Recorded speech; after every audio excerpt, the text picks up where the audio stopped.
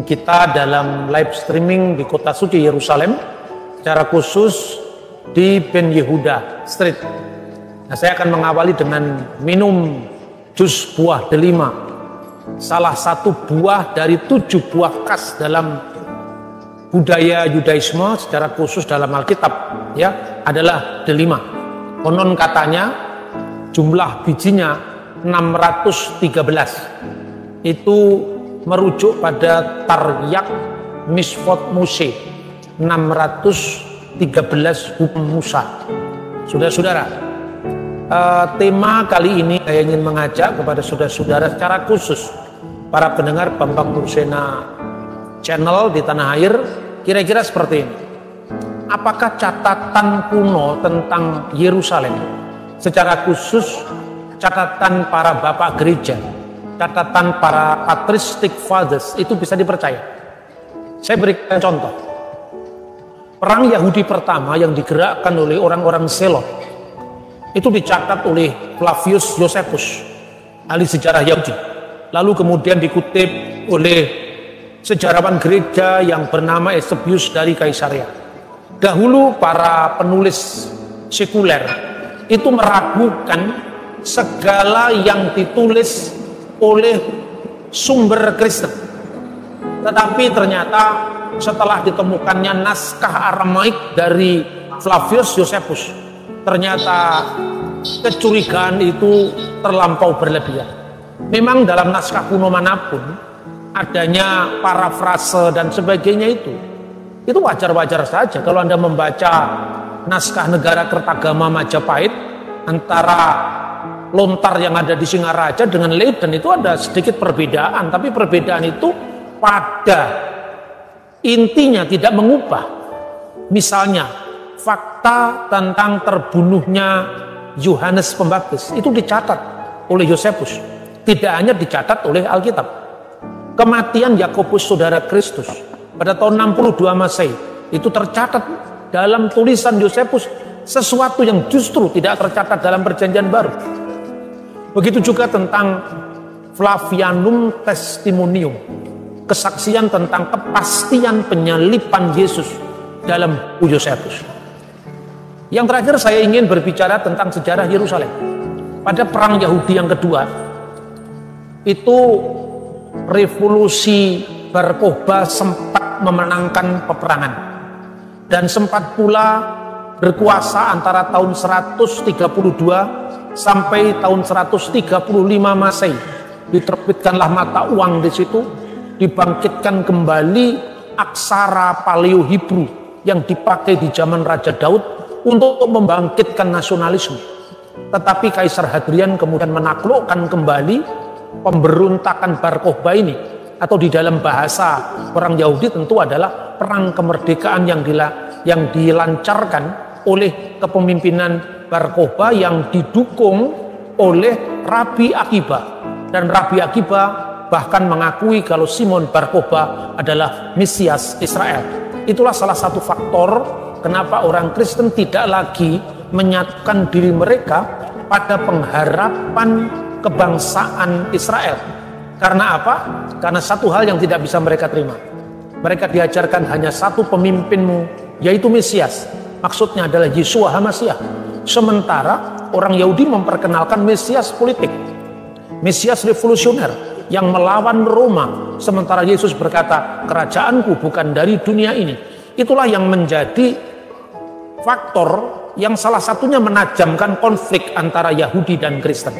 Dan yang penting saudara-saudara, pada tahun 135 ketika Hadrian benar-benar menghancurkan harapan orang Yahudi akan negeri Israel, negara Yahudi di tanah suci ini, maka orang-orang Yahudi diusir semua dari kota suci Yerusalem, termasuk orang-orang Yahudi yang percaya kepada Yeshua yang dikenal dengan orang-orang Nosrim. Sementara sebelum itu orang-orang Nosrim atau pengikut Yeshua dari Nazaret sudah dikutuk oleh orang Yahudi dalam sebuah konsili lokal kota Yamnia, di mana WH Nosrim, WH minim, orang-orang Nosrim pengikut Yesus dari Nazaret maupun orang-orang minim, orang-orang sesat itu hendaknya terhapus dari kitab kehidupan Sefer HaKayim, dan namanya tidak disebut di antara sedikim im sedikim yikatifu, orang-orang yang benar tercatat di sana. Jadi tidak tercatat di antara orang-orang yang benar. Dan kekristenan juga dalam sejarahnya kemudian yang berlatar belakang Yahudi, khususnya gereja untuk orang-orang yang bersunat. Ini salah satu hasil penelitian dari Father Bellarmino Bagatti dari Fransiskan. Buku yang baru saya dapatkan dari toko buku di Yehuda, toko buku Yahudi di Ben Yehuda. Judulnya adalah History and Archaeology of the Judeo-Christian. Ini menarik. Ini menggambarkan tentang masa transisi, bagaimana Yudaisme akhirnya terpecah dengan kekristenan. Sekalipun induknya kekristenan itu sama-sama dari Yudaisme. Di dalam surat Yakobus pasal 2 ayat 9, kalau tidak salah Anda bisa cek. Kalau orang masuk ke dalam kumpulanmu, tempat kumpulanmu itu masih sinagoge iman. Dan tempat pusat kekristenan, markas kekristenan pertama kali di masa para rasul, itu ternyata ditemukan situsnya di Senakel atau ruangan atas, yang konon itu menurut catatan Epifanius dari Salamis adalah rumah dari Maria ibu Yohanan yang disebut Markus, penulis Injil kedua. Nah, inilah kira-kira situasi awal dari gereja para rasul yang waktu itu gedungnya masih disebut sinagoge, atau di dalam bahasa Ibrani Bet Knesset Haselikim, yaitu rumah ibadat para rasul. Disitulah Bunda Maria yang suci bersama para rasulnya berkumpul di sana, bahkan menerima berita tentang kebangkitan Yesus juga dari tempat itu. Nah, saudara-saudara, tentang penghancuran kota Yerusalem yang kedua pada tahun 135 Masehi, kita mendapatkan catatan dari seorang bapak gereja Latin yang bernama Santo Hieronymus, di mana guanya bisa dikunjungi dekat sekali dengan gua kelahiran Yesus, Grotto of Nativity. Selama lebih dari 30 tahun Santo Hieronymus tinggal di Bethlehem, dan dia mencatat dalam salah satu bukunya yang berjudul Epistula atau Epistles. Dalam bukunya itu dia mencatat begini: selama 180 tahun sejak masa Hadrianus, dan masa itu tahun 135, tempat-tempat suci kita dinajiskan oleh mereka, yaitu orang-orang pagan itu. Ditempatkannya patung Venus dan Jupiter di tempat yang kita ziarahi sebagai kubur Kristus yang kosong, yang dikenal dengan gereja Anastasis atau gereja kebangkitan atau gereja Holy Sepulchre.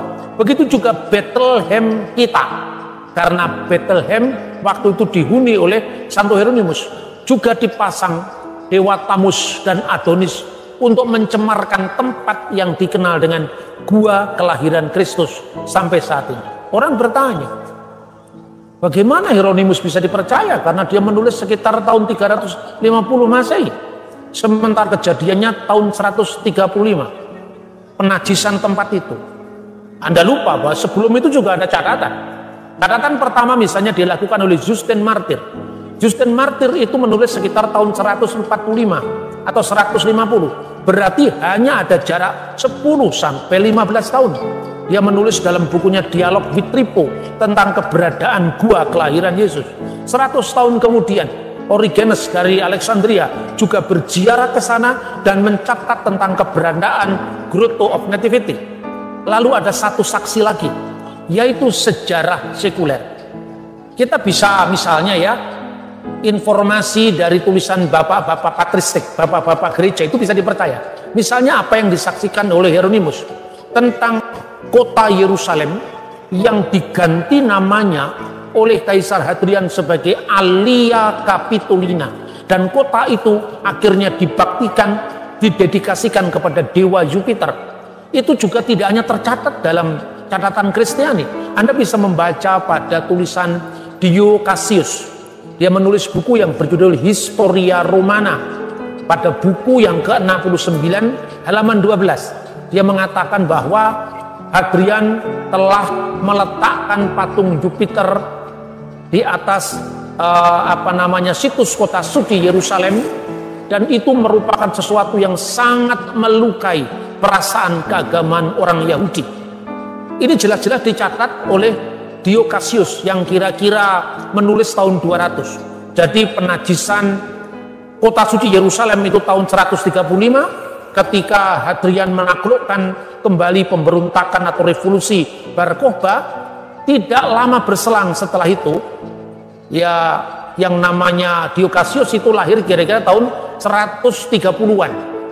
Dia meninggal kira-kira tahun 223. Jadi pada masa yang berdekatan, dia mencatat tentang informasi dari Santo Hieronymus secara umum, yaitu penajisan kota Yerusalem, dan bersamaan dengan pergantian kota Yerusalem menjadi Alia Capitolina, ada kebijakan lagi. Nama Palestina menggantikan nama Israel. Mengapa? Setiap kali orang Yahudi membawa ke ruang publik kata Yisrael, Yisrael itu akan membangkitkan nasionalisme.